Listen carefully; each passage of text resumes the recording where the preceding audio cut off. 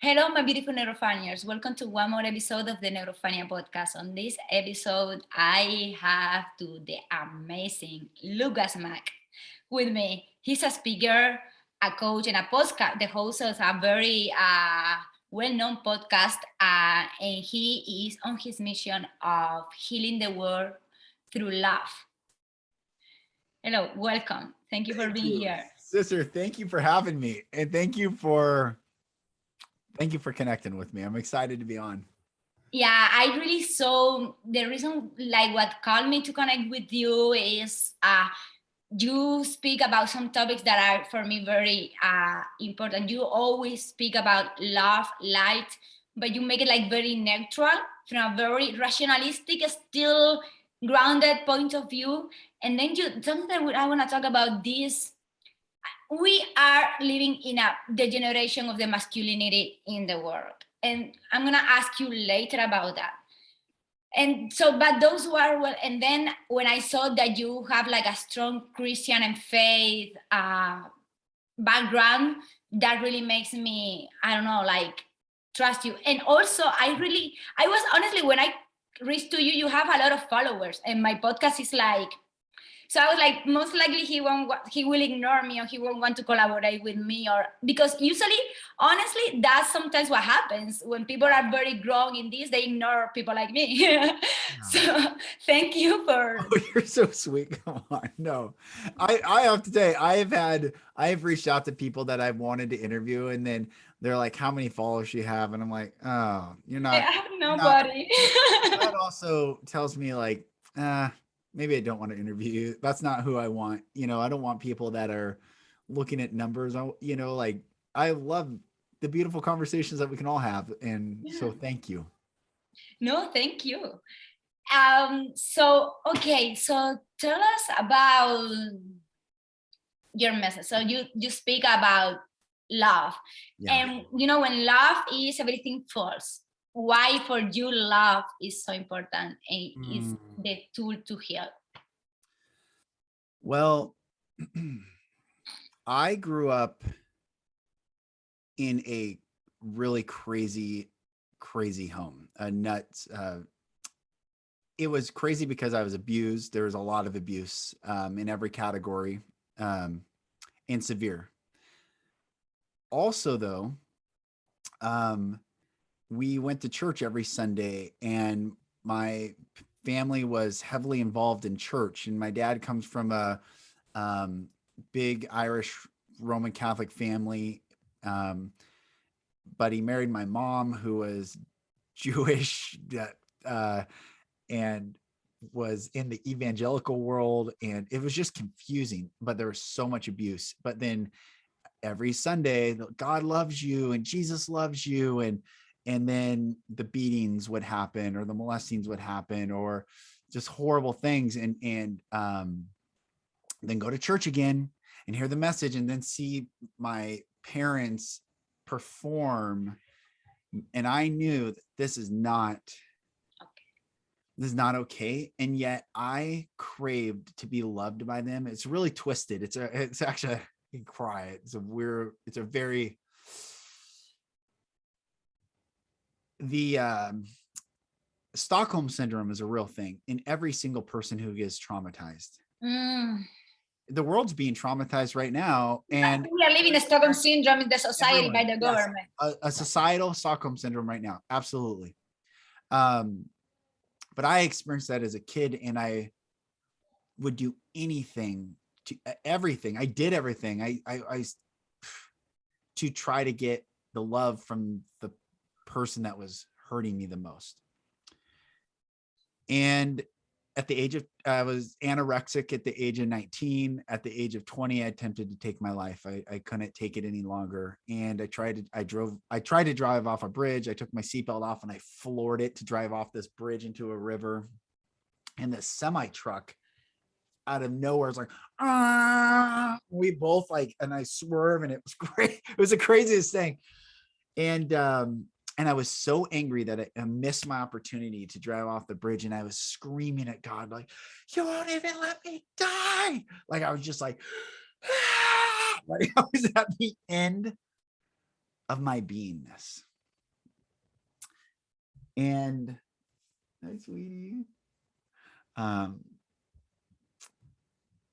And this night unfolded where the true miracles, it's a long story. It would take so long to talk on this podcast, but just that night, God saved me, like, from killing myself. Can you share about that miracle?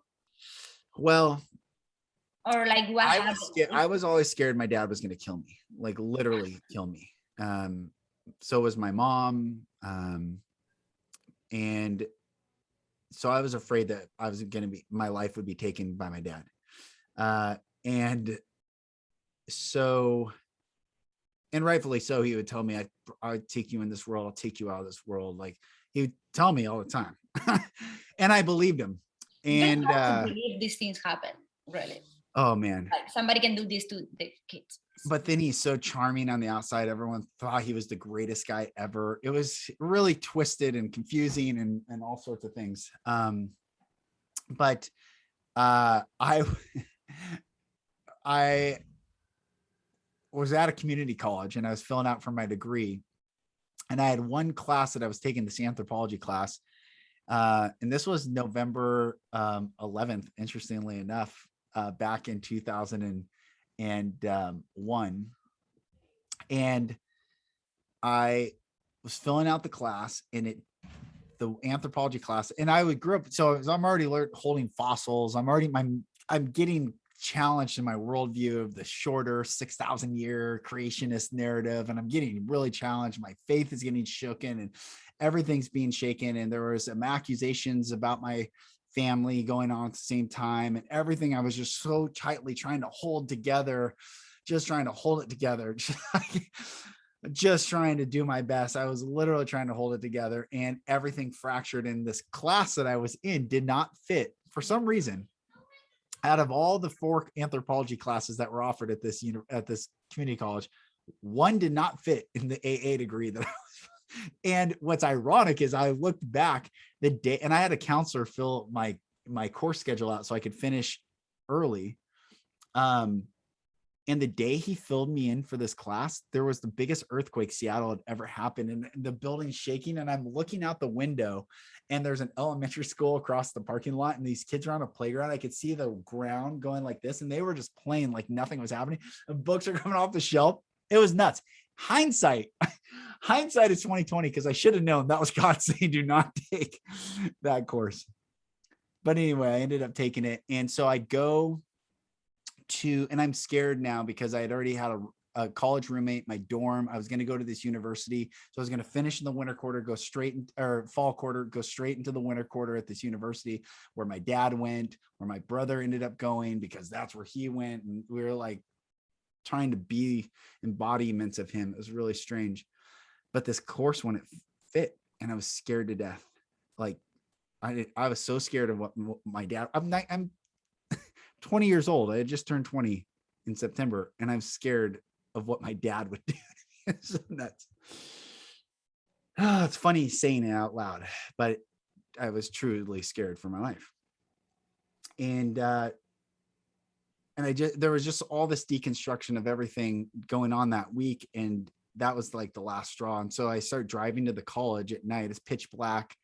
It's like 5:30 at night. I started driving to the college, and the professor that I had, her office hours were earlier that day. And my hope was to somehow find her at night, or someone could switch me, or if they could grant me the course credit. And I'm on the campus at night. There's very few people around. And I find one door to the faculty building open. Everything else was closed, and it was dark. There was no lights on in the building. And I go up these stairs. I'd never been to her office, and down the hall, light is coming out of one door.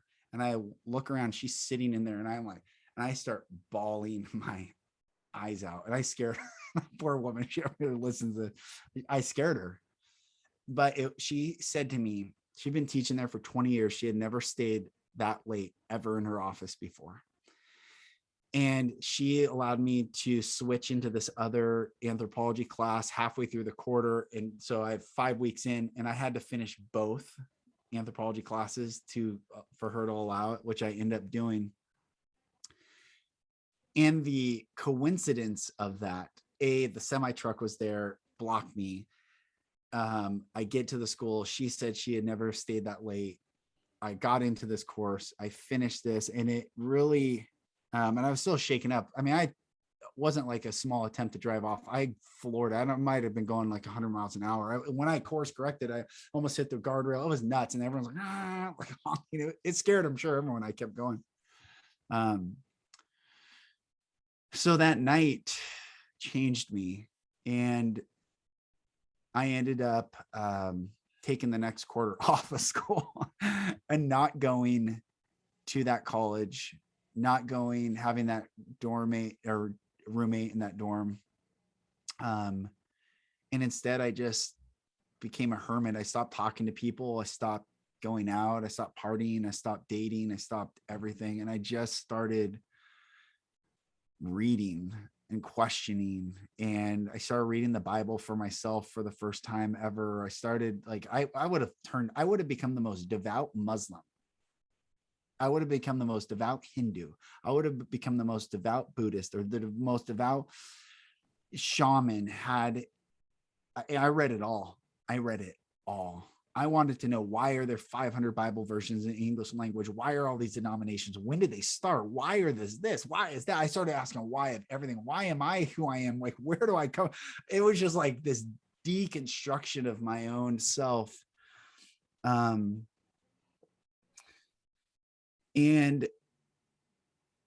interesting, I finally knew God was real.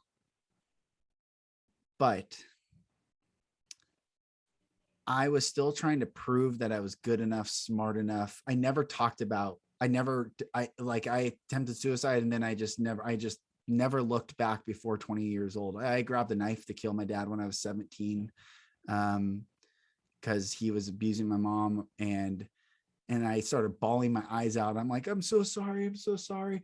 And he's like, oh, and he walked away, and my mom's crying. I'm crying, and no one ever talked about it ever again. No one ever. Next morning I go to school, like, just like the craziness of that, the trauma, and then the pretend like everything's normal, the trauma and the pretend like everything's normal, the trauma and like put a smile on the trauma. And like, I was voted best personality in high school, but like everyone like thought like it, because that's the only way I could survive, was to put this outward appearance that I had everything, under control, or look like it anyway. So I became a Christian preacher. I joined staff at Young Life, and I was preaching hard because I was like angry at the Christian church, because everyone like was so like, well, just forgive, and like, you don't know the darkness and the pain, and you have excused it, and you don't want to look at it. And I was just angry. So I became this Christian preacher, and I met my wife. I went to a different University of Washington, became a TV reporter. My wife and I got engaged, got married very young. I was 24 years old. She was 22 when we got married. And she really, I credit so much. My wife is amazing. She saved my life. But things were happening so fast. To 20 years old to all of a sudden I'm married 4 years later. I never looked at the trauma ever. Not one time did I ever look back before I was 20 years old. And my wife would be like, oh, what was life? And I would just say, oh, it was kind of rough. I had a rough childhood, and I kind of leave it at that. But my parents were still in my life. So I was still like trying to play this like veneer facade, weird psychological. Can I just stop 1 second? Is how we are taught in society to normalize really bizarre things that are just not normal, like they are not healthy, they are not from love. Right. And we see this everywhere. So yeah, this. Sorry, I told you it's a long story. No. I really, honestly, thank you. No. First, I appreciate that you are sharing this, and I don't like if you don't want to continue sharing or something. Like, this is so intimate, and but I believe that you sharing these details, whoever listen to this, God happens, and maybe there is somebody there that really through these details Yeah. is how they can get to something click and heal, because it's in those details where something usually click in people. Yeah. Because and so I believe it's very interesting, and thank you for you sharing this. And also it's because you now are the personification of, in many ways, or that's what I read from you, of light and love. So it's really interesting, and like, and could help so many people, like how that happens, because we are about to believe that what many people that are have this past life of trauma, they are like, there's no way I will ever be Yeah. this type of loving person. I'm broke. And this is like the perception. So Yeah. I think so much value. So please. Well, I think one of the things that I talk about is we cannot compare our traumas. This is such an important thing. Like what was traumatic for me is equally traumatic for someone whose parents didn't hug them enough. And that is not to minimize. That is a true, we all, our trauma is equal, all of it. And when someone said, well, I didn't go through that, you went through your soul's trauma, and we collectively go through trauma so that we can share with each other the incredible love of God. Wow. Also, wow. Thank you for saying that. That not like all traumas, no traumas are the same, because like a lot of people are like, no, but mine is worse than yours. Mhm. And like then this when people entitle themselves to feel victims, Yes. victimization of the society, because yeah, it is worse. You may have had your trauma, but look what happened to me, because whatever. And it's true, like if somebody like you that happened what you said Mhm. happened to you, which I believe is such a huge source of trauma, is saying that all traumas are the same, Mhm. is validating. Yeah. Yeah. The way I have a buddy who's a Navy SEAL, and he told me he is the one to explain that all traumas are hit us, affect us the same. In that he said, if you line everyone up on the seashore, and there was if you put humanity, somehow we could put all 7.5 billion or 8 billion people on one seashore, and there was a cliff behind us. And at the very top of the cliff, whoever created the trauma rolled a boulder over into the sea. So all these rocks go into the sea at the exact same time, these huge boulders. The waves hit everyone the same. So what someone who was, it was never enough, or they were not good enough, or their parents screamed a lot, that wave hits them the exact same as the wave hit me. The person pushing the boulder is different. It might be different sizes, they might be different, this, but when those waves hit, we all, and this we all affect or experience that trauma. And this something that I am on a mission to, when I talk about, I'm on a mission to see the hurting get healed and the healed go out and heal others. We can't heal unless we're willing to look back at the trauma and to really get squared up in the eye and look that pain. And I've done a lot of different modalities. So just to finish that story, I became a TV reporter, very successful on air, moved different markets, came back to Seattle, started a business. And this is when my childhood trauma, started seeping into my behavioral patterns. I was untrusting. I was controlling. I was scared. I was a scared little boy in I'm 6'3.5". I'm a big guy. I'm a really big guy. But I was a scared little boy in a man's body. And I've had a whole bunch of business struggles. And then I had my first child. And this is when everything started coming to the surface. But instead of healing, I started beating myself up like something's wrong with me. I'm broken. I don't work like everyone else, because I couldn't bathe my child. I couldn't even barely change a diaper because it was triggering like what happened to me. And my wife, who's amazing, she's like, it's okay, I'll do it, but I was like, I can't. I mean, I literally could not. In fact, we're having our fourth baby. I get choked up.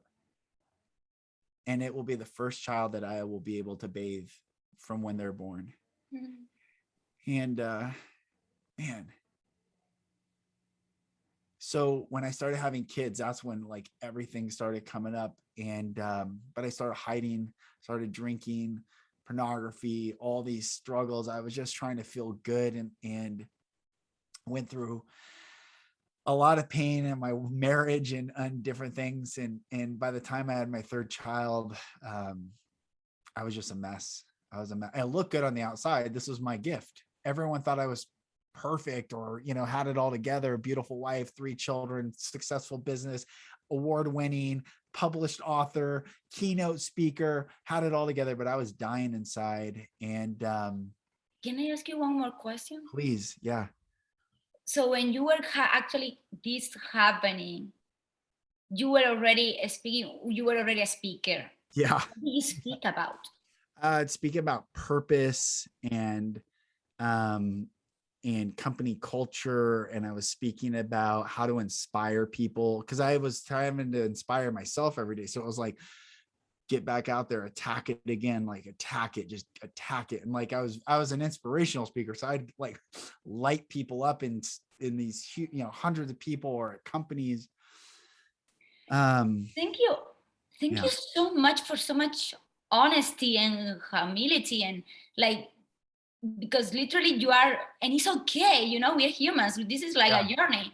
So you are really saying something that is big, and it's exactly what we were talking in the previous podcast. How Yeah. there's a lot of false light and fakeness, and people that are like all these coaches, and like they show things and they are right. And Yes. I 100%. don't know, now your journey. Oh my God. Yeah. Thank you. Yeah. Thank you. No, thank you. But in 2016, I started having flashbacks, and that was the catalyst to change my life. Forever changed my life. Forever. I started having first person, because remember, I was sharing earlier, I never fought back before 20 years old, before the night I attempted suicide, not one time. Fight the back. And then 16 years later, all these, I had seen videos of people that have flashbacks, and I'm like, what weak people? Like, what are they talking about? I was so judgmental. I was the best stone thrower.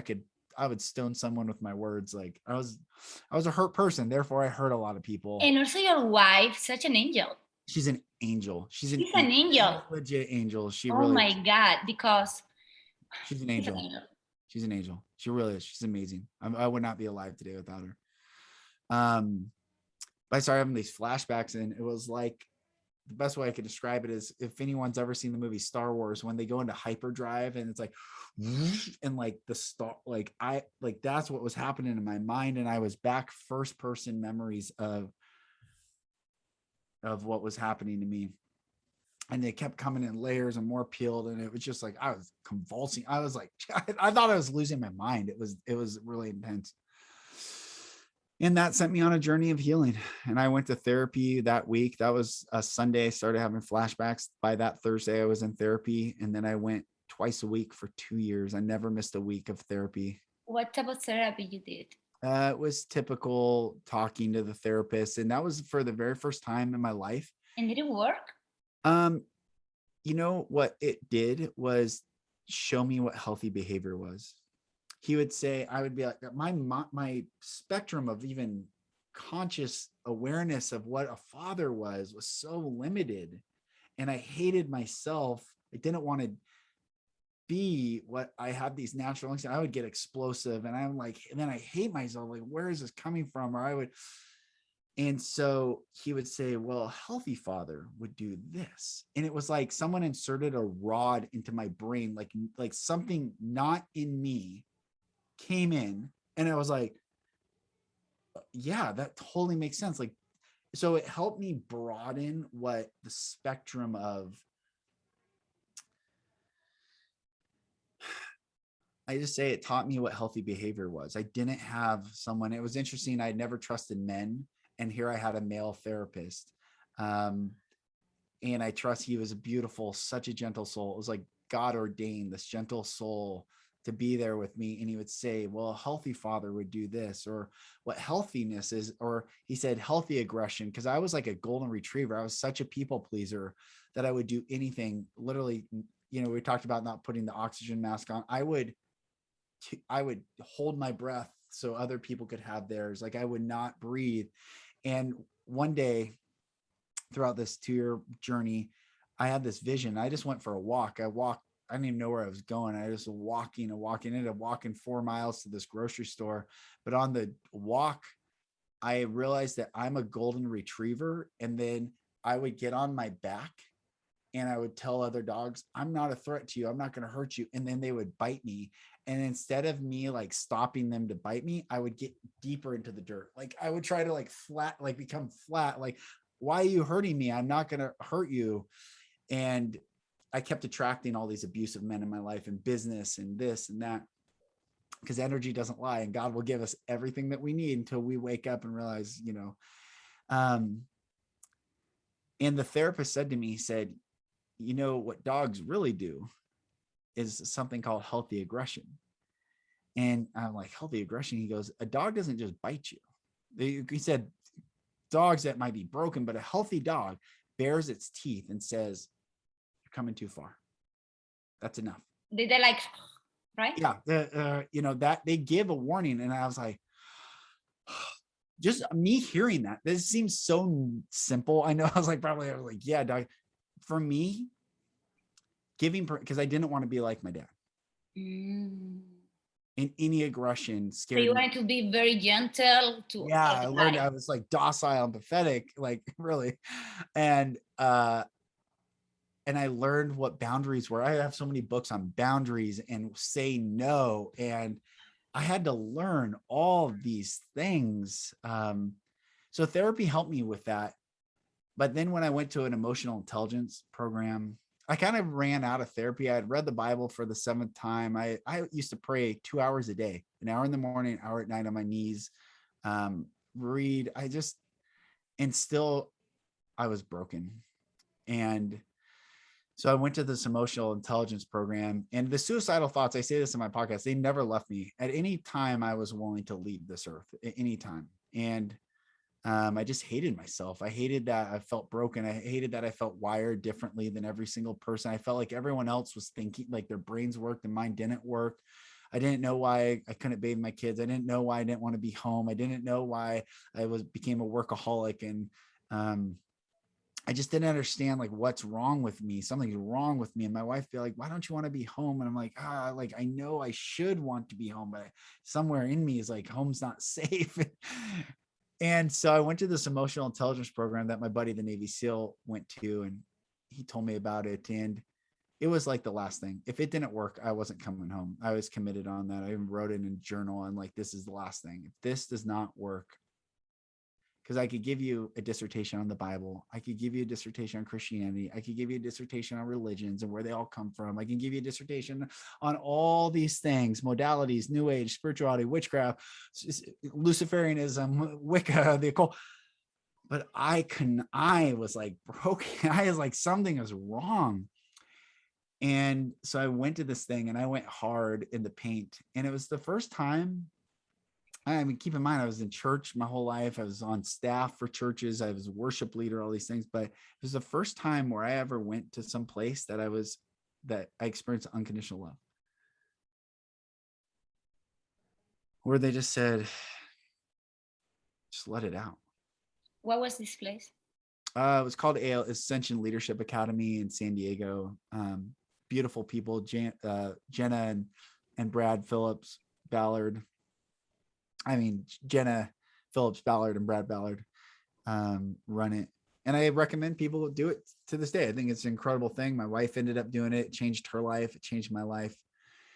And I talk about it in my TED Talk. I said it was the very first time I ever experienced unconditional love. And I learned from going through this thing that where love is present, where there's an absence of judgment, we will feel safe enough to share our truth. And when we share our truth, we will be free. And I shared something at this weekend. I went up. I was always the class clown. I sat in the back of the class, like my whole college and high school, middle school. I was kicked out of more classes because I was class clown. But my Navy SEAL buddy said, go sit in the front. Do what, he goes, if you're going to do what you've always done, you'll get the same results you've always gotten. If you want something different, you have to. And I committed that this was it. If this didn't work, so I was going to do everything different. And I did. And they said, does anyone want to speak? And I got up there and I spoke in front of 75 people, and the he said, go back to the most painful memory of your life. And it was the most painful that I could allow myself to feel in that moment. But I went back and he's explaining, he's like, the trainer's like, what's going on? And I'm explaining, I start shaking and he's like, what do you want to say? And I'm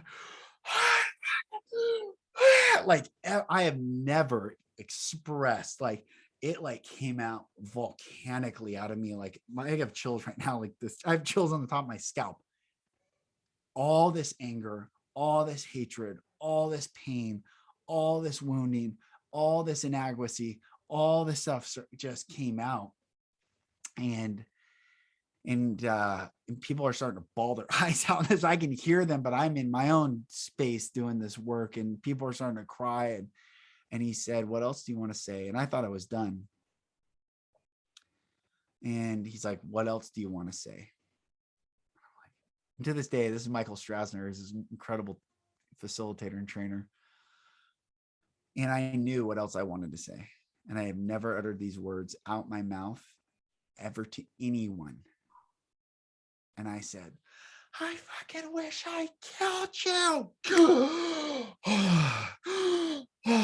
Like for the first time in my life. And people are bawling. I not stop crying. I could breathe. The first time in my life, like I had been living in underwater, and for the first time in my life, I was breathing air. Now, do I wish I killed him? No, but he created such hell in my life, and hell, and my mom escaped in the middle of the night, like, but that also made me confused because what did that mean about me? Am I a killer? Am I evil? Am I bad? I must be bad. I must be horrible, which made me beat myself more with all these things. And like, you see, this cycle loop was so deep. And when I said that finally, I will never forget. Like Christians talking about born again experience. I used to talk about born again experience. Let me tell you something. That was my born again experience, where the first time I was like, I could breathe. And people didn't say, man, you're a bad person, you're a sinner, you need to ask God for forgiveness. People just cried with me and held me, and I sobbed and I cried and I cried. And that was the most beautiful gift I could have ever gotten. And I really see that the world gets to have this experience. Because there's so much trauma, there's so much pain. People are in such pain, and I see it. And when we don't judge one another and just hold space to say whatever you want, it doesn't matter how ugly it is, how dirty you think it is, like, it doesn't matter. Like, we can be healed, we can be clean, we can be, and it's not found in religion. It's not found in religion. I want to say this a gazillion times over and over and over and over and over. It is not found in religion. The religion of spirituality, the religion of New Age, the religion of Christianity, none of it. It's all religion, all of it. It is only found in the truth of us uttering, finally coming to that place to say, I don't care what anyone else thinks of me. I need freedom more than everything. I need truth more than everything. I need the love of God. So that's been my journey. And since then, I've really left Christianity. I love the Bible. I love God, but I'm not, you asked me, like, are you a Christian? I'm like, I understand from your perspective, like, what that means. And so I would say yes. But from a Christian perspective, I say, I just love God with every fiber of my freaking being. And yeah, that's been my journey. And I've helped lead men's retreats now. And I get to help beautiful men who are coming really big. And I'm a big guy. So when I share like this and I'm big presence, these guys feel safe enough. And I've had men heal from being raped by their friends, boys, molestings, rapings, beatings, and stuff that no one would ever know. They've never shared it with anyone. They look like I looked. They have it all together, haircut, style, workout, body, all these things. And yet they have carried all this trauma. And I have seen more people heal, and it is so beautiful. It is so beautiful. Wow. Wow. Thank you for I'm a little bit speechless now. But this is like, this is a real demonstration that the only thing that is real is love. And when you bring love, everything else, no matter how big it is, just falls because it's part of the illusion. Yes. And this like sentence is not a cliche, like what you just described, you enter to that place. Yes. You receive so much unconditional love that allowed everything else to show up, to go through it and fall. Yeah. And people talk about the new earth, like where we are going, but like we really need to heal as a society. Like there's a lot of trauma. Yeah. It's not about ascending. A lot of things. It's the ascension. When I hear, Yeah, what is that? What do you think about? I think that the only way out is through. And the only way to ascend, if there is ascension, is to go back. We have to go back. We can't just breath work through this. We can't just say some magic prayer and go through this. We can't just meditate and we have to go back. We have to be the heroes of our own life and not give that mantle of hero, of savior, to anyone else. Jesus is the embodiment and said, he never said, I forgive you. He said, Father, forgive them, for they know not what they do. Meaning we can go to the Father of love and light. And God is not a man. The word, when we use father or we use he, it's only in the masculine form. Masculinity, not in human sense, but in energetic sense, gives. Feminine receives.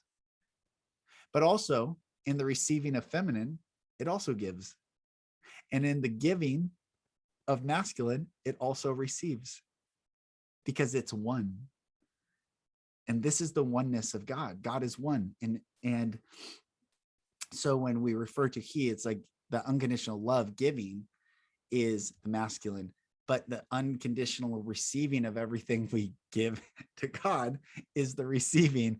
And when and I wrote this back here, this is a quote I have. It says, the greatest act of love we can give to another is to receive their love.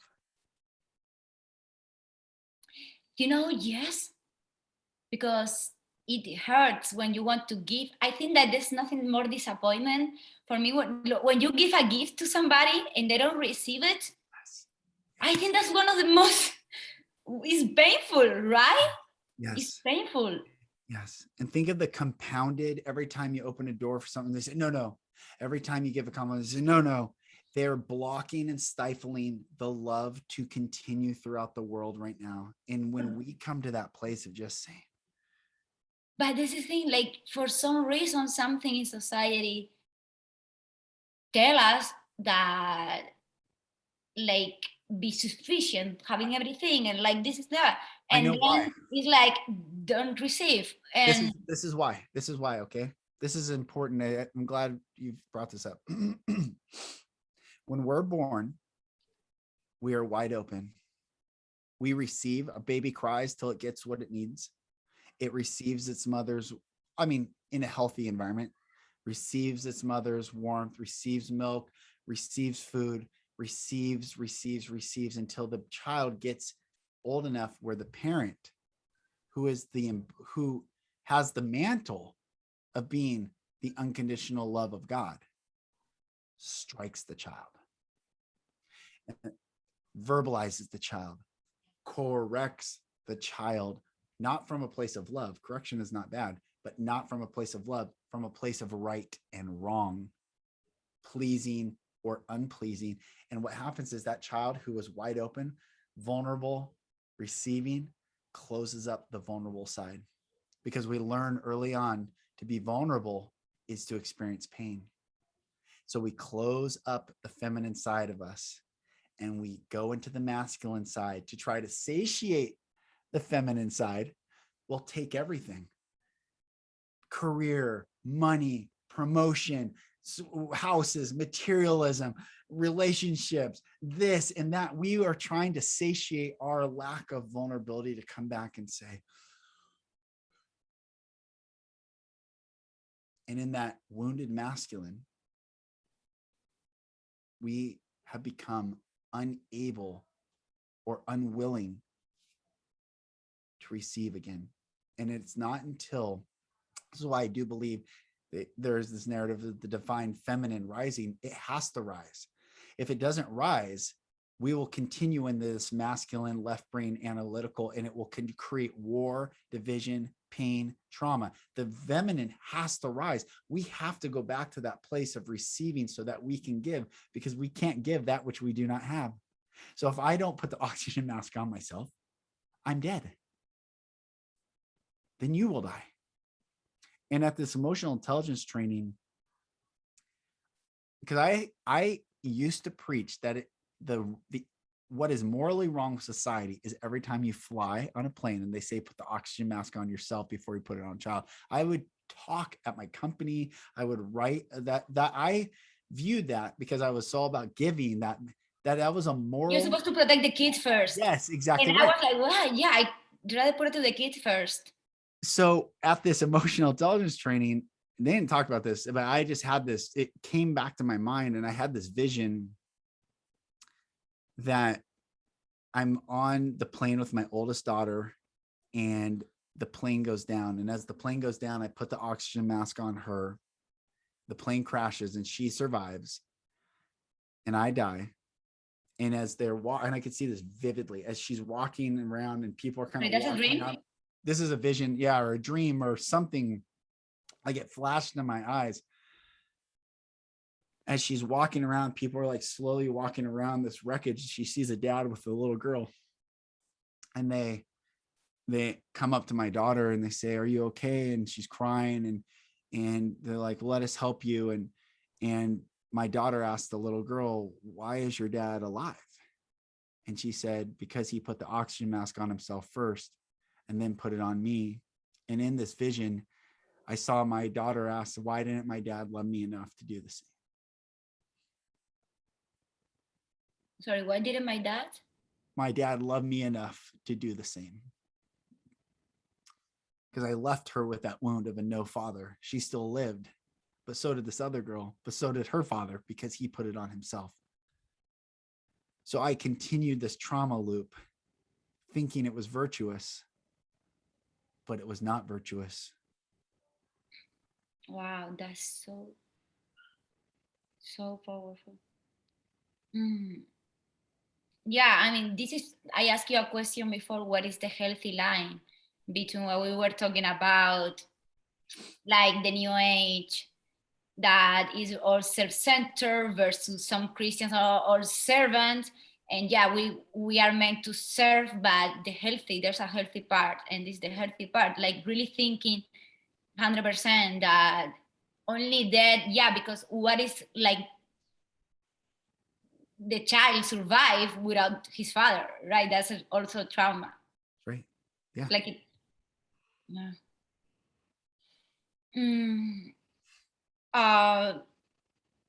Okay. I'm just like, okay, I need to go back, and I think that there were some questions that I did wanted to ask you, but I think that I will have to cut this in the podcast because I'm wild.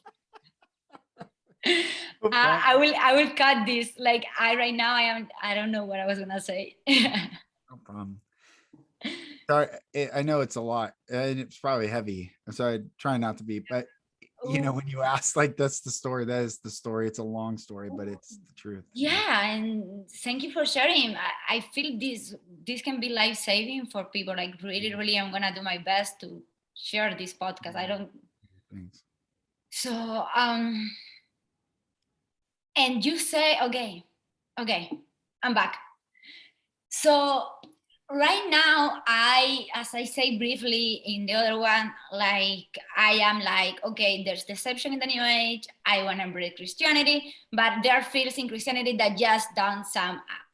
For me, the things that do not sum up is the quantum physics things that you address through the Rousseau books and all this omnipresence of God only when we are two vessels, and then matches the God can be inside of us. We are not God, but God is everywhere, because if omnipresence, which the New Age says like we are gods. Right. Okay, that's one part. The other part that Christianity didn't add up to me was the sinner word, which you also explained very well in the other podcast. The part that the consciousness, the lack of consciousness. What about when we bring into so how does the Anunnaki thing binds with Christianity? Beautiful. And also, yeah. And I also want to say one thing about heaven and hell, which I think is an incredibly important concept. I believe that the earth is a realm. And it says in the beginning, God created the heaven and the earth. And the earth was without form and void, and darkness was upon the face of the deep. And the Spirit of God moved upon the face of the waters. And God said, to whom is a question. Why is God speaking? Someone has to be listening. And God said, let there be light, which means allow. If you let it, that means you have to submit to my authority of my request. Let there be light. And there was light. And God saw the light that it was good, and God divided the light from the darkness. That I just quoted you verbatim, Genesis 1:1 through Genesis 1:4. So God is light, the Bible says, and in him there's no darkness at all. So if God is light, which he is, and God is love, which he is, then how is there no light in Genesis 1:2 on the earth? And why is it flooded? See, it says, and God created in the beginning, God. And now this isn't the beginning of God. This is the beginning of heaven and earth. This is the beginning of the story of heaven and earth. It's not the beginning of God. It says, in the beginning, God created the heaven and the earth. And is a conjunction of time. So if you told me what you did this morning, you woke up and you brushed your teeth and went to the bathroom and you ate breakfast, and and it's a conjunction of time. So it says, God, in the beginning, God created the heaven and the earth. So earth is created after heaven. We can understand that. Genesis 1:2 says, and the earth was without form and void, and the Spirit of God moved upon the face of the waters, and God said, let there be light, and there was light. And God saw the light that it was good, and he divided the light from the darkness. A lot of ands, a lot of time, a long expansion of time. Satan, the dark, and I'm answering about Anunnaki. I'm giving you a very specific Anunnaki answer, okay? Satan, who had already rebelled with 1/3 of the angels, which God allowed. God created him to do this thing. This isn't like he was surprised, caught off guard. Those are the fallen angels of the Bible, the fallen angels. Yep. And it says, hi, sweetie. What? Beautiful. Oh my gosh, you're so cute. Oh my gosh. My daughter showed me a picture. She is true. So it says in Genesis, now the book of the Bible, the first book of the Bible, what is it? It's called the Genesis, origin, or the genetic code. That's Enki. The Bible starts with the genetic code and Elil. So this is where the split of Cain and Abel, Enki and Elil, Remus and Romulus, this or that, these two bloodlines that split from one mother. So Genesis 1, it says, God keeps saying the seed in itself, the seed in itself, the seed in itself. Because why? The question is why. I always start with the question why. Anyone listening, like when you're in the Bible, it's like, why is it saying this? Not, well, I don't believe it. No, it's not about believing. It's a question of why has it been saying this for so long? And the question is, the answer to that question is because there was already a crossbreeding, a genetic breeding that God did not want. So God comes and reestablishes an order saying the seed in itself. Satan, it says in Isaiah 14:12, who desired to be like the Most High, the one thing he cannot do in this realm is create. That's why Tartaria, if you've been going through the Tartarian buildings, like the majesty, the beauty, the ornateness, the incredibleness of these buildings. But the deep state Anunnaki reptilian bloodlines, what do they create? They destroy all the beauty, and then they create these stupid, ugly, nasty, gray toned boxes that we go to work in cubicle. There's no majesty. There's no human creation. There's nothing of, so they cannot create. They can only take what is created and manipulate it. Because that's the one thing Satan cannot do. He cannot create. He is not a creator. He is a creation. And because he is a creation, he can only Maybe that the reason why in the new age is we are the creators of our reality. Is some way Satan using us deception through the new age practices and tools to create our reality through metaphysics and stuff like that. Yes. Because he cannot create. So we are creating for him. Yes. And we do create, the Bible says life and death is in the power of the tongue, and those that love it shall eat the fruit thereof. So if you speak life, you get life. If you speak live, live, you get live. If you speak evil, evil, you get death. So we are creating because God created with his words. We create with our words. We are creating. However, it all comes back to, and this is why there's two brothers always. There's this genetic line and this genetic line, this genetic line, this genetic line, because one line always gave God the glory, and one line wanted the glory. So here's where we get the Anunnaki. So God creates man in his image. In Genesis 1:26 and 27, male and female created he them. So God created male and female in Genesis 1:27. But then it says in Genesis chapter 2, verse 1 says, thus the heavens and the earth were finished and all the hosts of them. And there went up a mist from the ground to cover the whole face of the earth, and there was not found a man to till the earth. So how is it that in Genesis 1:26 and 1:27, God creates male and female? But in Genesis 2, it starts, there's no man to till the earth. And then it says a whole mist went up from the face of the earth and watered the whole ground. And then God brings forth Adam and put him in Eden. Eden already existed. It didn't say he created Eden. It says he put him in Eden. So Eden already existed. And he creates Eve out of his rib and creates them together. And the serpent's there right away.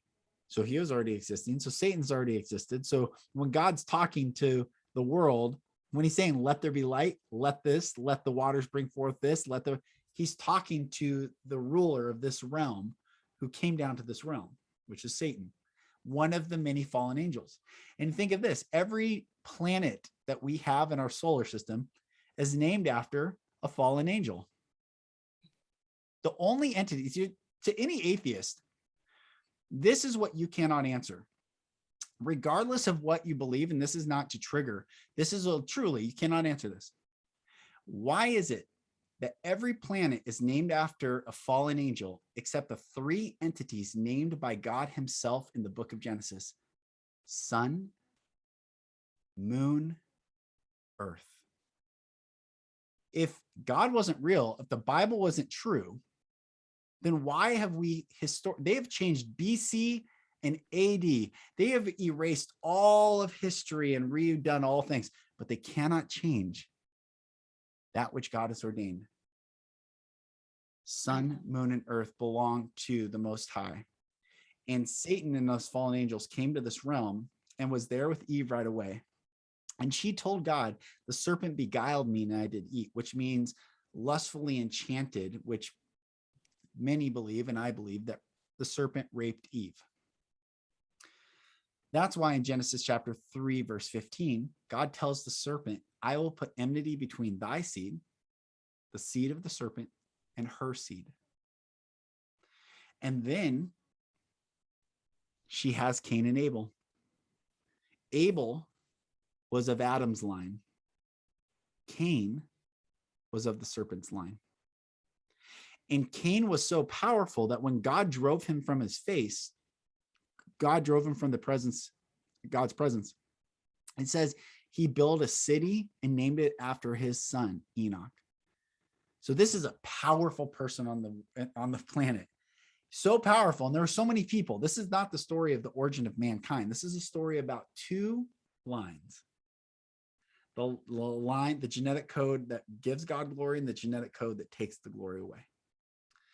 So he was so powerful, he built a city and named it after his son Enoch. So there's millions, gazillions of people on the earth. I don't know. It doesn't matter how many people are on the earth. We did not evolve from monkeys into this thing. We are essentially a lab. This is a lab. This is a, when they say it's a simulation, it is a simulation, only it's a simulation well beyond what we can conceive of. Because when we think simulation, we think digital AI. This is 3D printing at its most cosmic quantum level simulation. Like this is more organic. We have bastardized these words like simulation, like, oh, it's just an AI screen digital interface. This is a creation. So the Anunnaki, it says in Genesis chapter 6, verse 2, and the sons of God, the fallen angels, saw the daughters of men that they were fair and took them wives, all of which they chose. And there were giants in the earth in those days. So what is a giant? A giant is a half genetic creation, part angel, part human. Fallen angel. Yes, fallen angel. But they still have the same power as an angel. They're just chose to take the glory. And when people say, well, that sounds crazy, say, it's not crazy. It's what Achilles is. It's what Hercules is.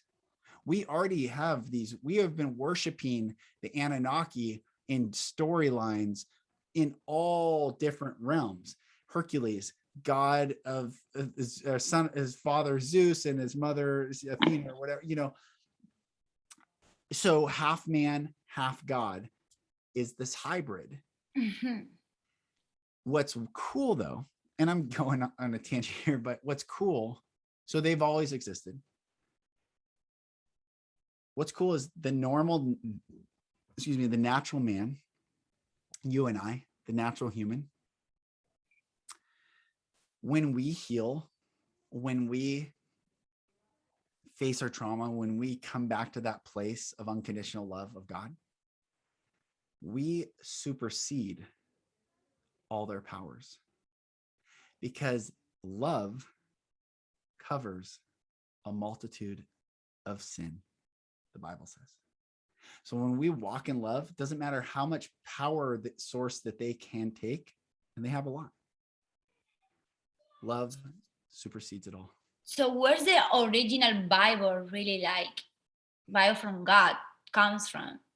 It's probably mind-blowing. I mean, like, the book of Enoch, the Dead Sea Scrolls, there's so much. There's 88 books in the Ethiopian Coptic text, and there's 66 books in the canonized Bible. That's like another question. Like, this is gonna be like, I hope. Yeah, we can talk. I mean, it's really conversation stuff. Yeah. Okay, so I mean, the way I was seeing work is that mostly it's just like I just don't want to get into that. Okay, but basically you are helping me, so still Christianity, like as we know itself, like if I decide to go tomorrow to the church, still misses all these pieces. Yeah. But if we were going to transfer this like into practical human way, it's a great tool. Yeah. Well, I think it bridges the gap. And at the end of the day, all that matters is being in the love of God. But the only way we can truly know if we're in the love of God, if we were able to look at all the darkness and choose the light. And that's what we were talking about, that most people are not willing to go back and look into these things. So you can go to a church. I mean, you can read the old hymns from like the 1600s through now, and you like, wow, these people really knew the love of God. Like, it wasn't about do right or die or sin. I mean, it was like the love of God is greater far than in. I mean, it's just like they talked about the richness of love, the love of God.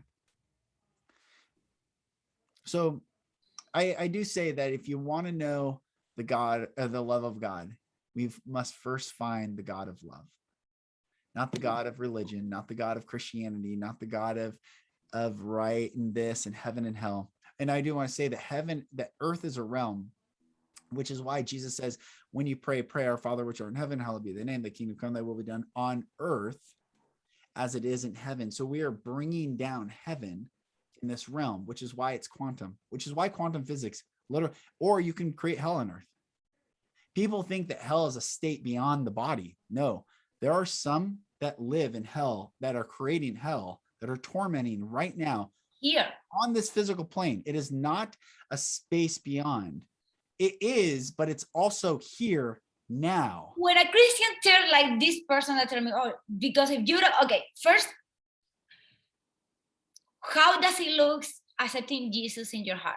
How does it look from a Christian point of view and from your point of view? Mm-hmm. And when this Christian tells me, because if you don't accept Christ in your heart, you're going to go to hell, where is she sending me? Yeah. Because I don't believe I will go to hell, ever. No. And like literally this is what they say, like, yeah, unless you accept Christ in your heart. And this is such a conviction, and I just can't understand it. Well, I because it's what we were saying, like we go like these two Bible things, through Jesus or by Jesus. Yes, that's right. But I can also see that God would allow the soul who was unwilling to acknowledge him here to, like, he allowed my soul to go into this house of abuse. Like, he allowed that to happen so that I could wake up here. I could also see, because God doesn't change, so he could allow the soul to enter another, not the way hell is taught, not this like he's punishing, but he would allow, here's what you thought you knew, but you didn't. Here it is, so that we can ultimately, whether it's the next phase of our soul journey or now, come back and say, God, you were right. I love you. I'm sorry. Like, that's all God is saying. Return back to me, because he is indivisible. He cannot be divided. So he allows it. And what's interesting, our word soul means in Hebrew, it's the word neshama. And the word neshama means breath. And so it says, and God breathed into man, and man became a living soul.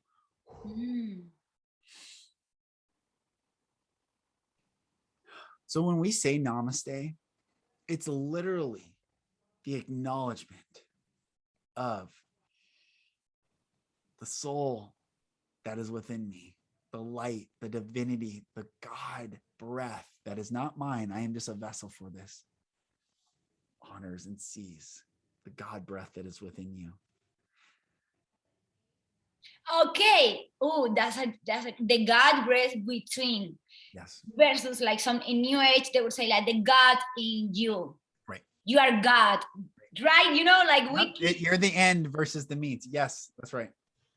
So it's not, the God, like the God breath in you versus like in the New Age, because you are God. You're a God human kind of thing. Like I say to people all the time, and I have these conversations, if you're God, bring something forth right now. Let's go heal the sick. Let's go to the hospital. If you're God, go to the hospital right now. And why, if you're God, why do you allow people in the hospital? If you're God, stop all car accidents.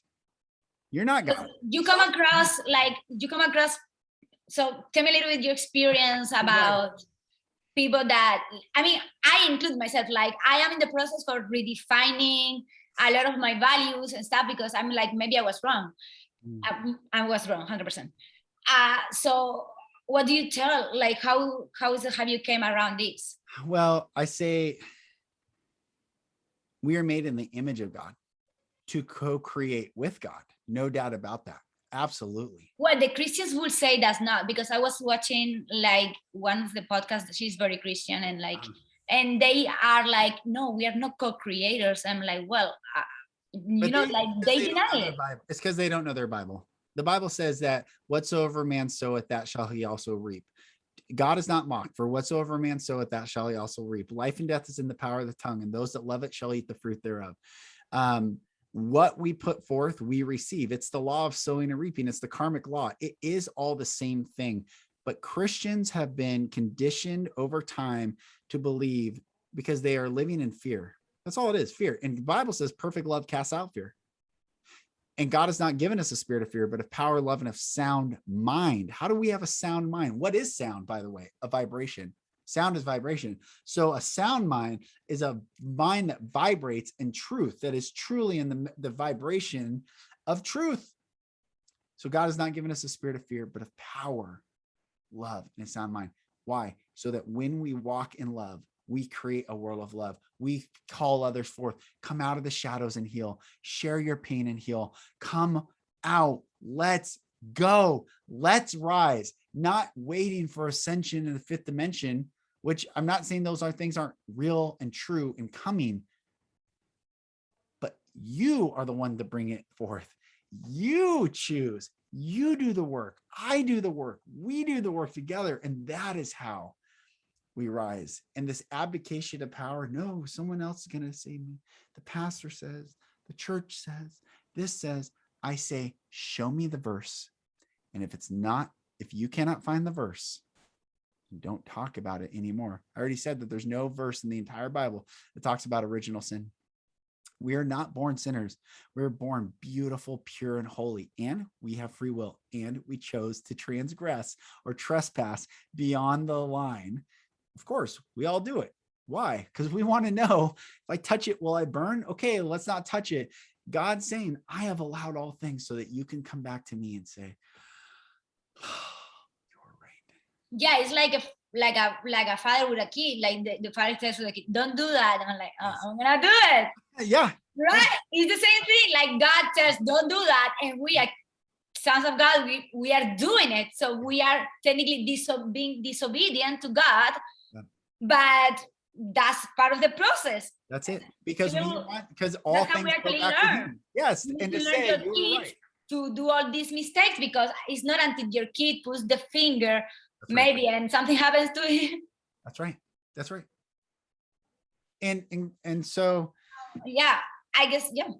It's all beautiful. Yeah, I just thank you. Thanks for having me on. How long have we? Yeah, I think that I don't know how long have we been, but this has been amazing. Thank you for being here, and yeah, we will collaborate. I love it. Thank you a lot, sis. God bless you. Thank you. God bless you. Thank you. Thank you. Thank you. And I'll talk to you soon. Please.